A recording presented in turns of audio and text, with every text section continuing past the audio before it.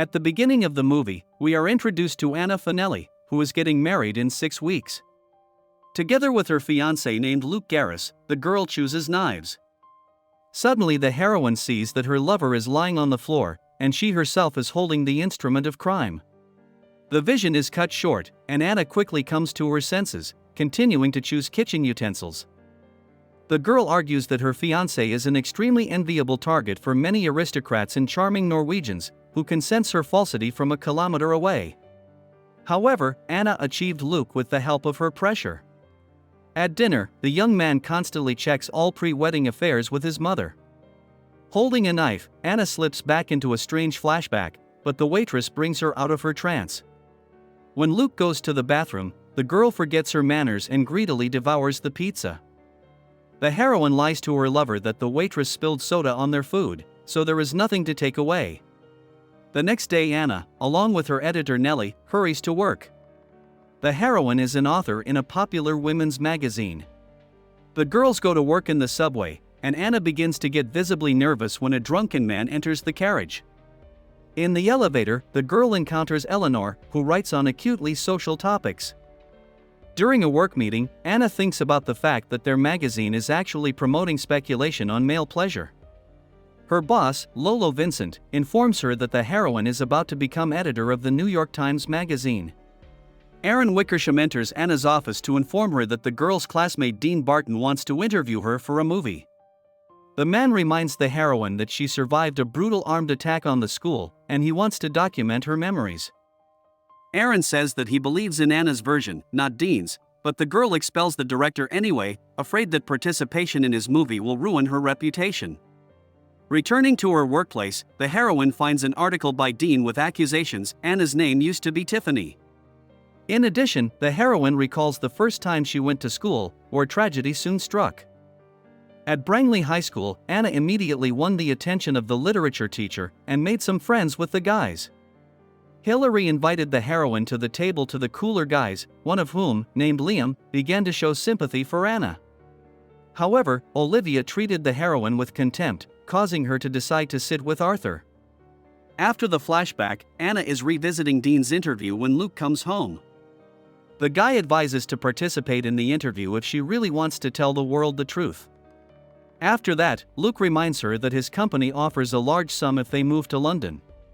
However, Anna is not ready to sacrifice her work and career for the future of a rich housewife.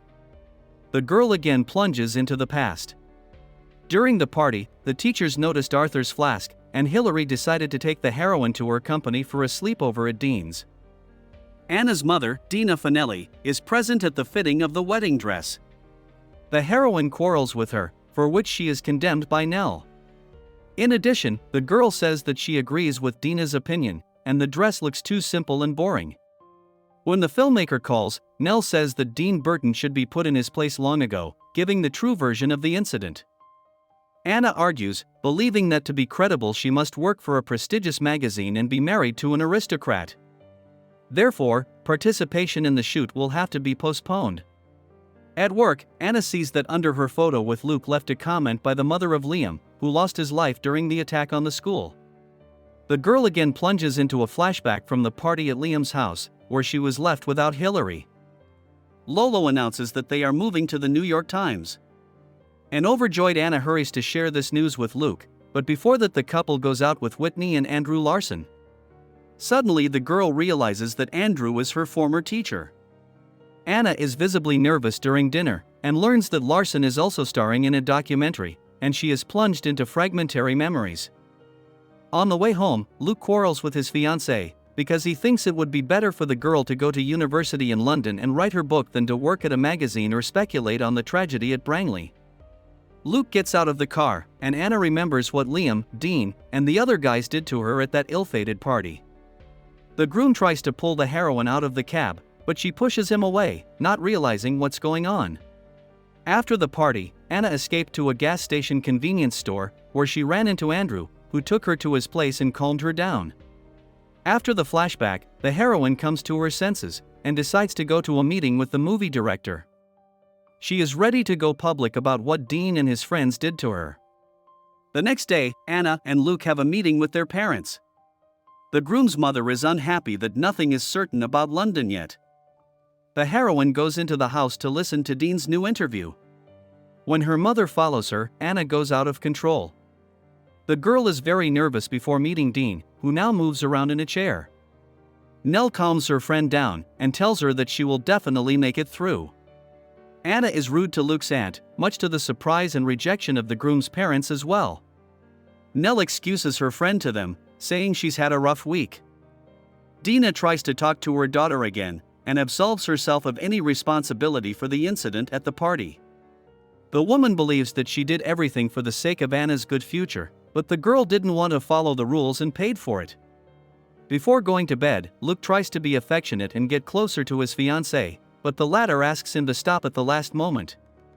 The guy assumes that respect and closeness are unbearable for Anna. After the party, the girl quickly reconciled with Liam, and when she tried to talk about violence, the boy replied that it was complete nonsense. Andrew was anxiously watching the reconciliation of the couple. Anna wanted to report the incident to the police, but when Principal Meyer decided to call her mom, she changed her mind. After school, the girl goes to visit Arthur, who tells her that it's not the first time Dean and Liam have bullied someone. The relationship between Luke and Anna continues to deteriorate. The girl quarrels with her fiancé because of the song, which was written by a child molester. In the past after the incident, many people began to poison Anna, especially Dean. Arthur decided to stand up for the girl and arranged a scuffle. During it, even the teacher was injured. Anna thanked Arthur for standing up for her. However, the guy started criticizing his friend for missing the chance to punish Dean and Liam, just so people wouldn't think anything bad about her. X day comes, and the heroine goes to the meeting with the camera. Anna returns to school and tries not to immerse herself in painful memories. The movie director meets the heroine and takes her to the shooting location. Anna recalls the tragedy that took place in the canteen. A girl named Beth took her friend out of the dining room and dragged her to the second floor in the commotion. The children barricaded themselves in the common room, but that didn't stop the shooter. It turned out to be Ben, a friend of Arthur and Anna's, who was also being bullied by Liam and Dean. The guy destroyed Peyton and left. The heroine recalls that then they all united to help the boy. Realizing that it was useless, Anna took a knife and said that they had to get out. However, while running away, Ben started to catch up with the kids. Anna saw Liam running toward them, but she closed the door and didn't wait for him. Aaron asks why that was the case. The heroine thinks she didn't want to risk her life for a criminal, but says she just didn't have the courage. In the dining room, Anna bumps into Arthur, but he decides to spare her and deal with the wounded Dean. To do this, the guy gave his gun to the girl, because he knew that she wanted revenge for what had been done to her. However, Anna was slow, and Arthur took away her gun. Suddenly, the heroine pulled out the stolen knife and stabbed it into her friend, saving Dean. Anna reports that now, whenever she picks up the knife, she sees Arthur's face. The girl further recalls the incident after the tragedy. Dean praised his daughter for her courage, but it only made the girl cringe. It turned out that Dean had a completely different version, as if Anna had flirted with Liam and the other boys at the party herself, and then, out of resentment, had decided to help Arthur and Ben organize the attack. Even Beth believed it, not to mention the rest of the students. Instead of comforting her daughter, Dina said she was disgusted by the incident at the party. Suddenly Dean appears in the corridor, which shocks Anna. The filmmaker tries to remove him from the scene of filming, but the guy does not get away and tries to talk to the heroine.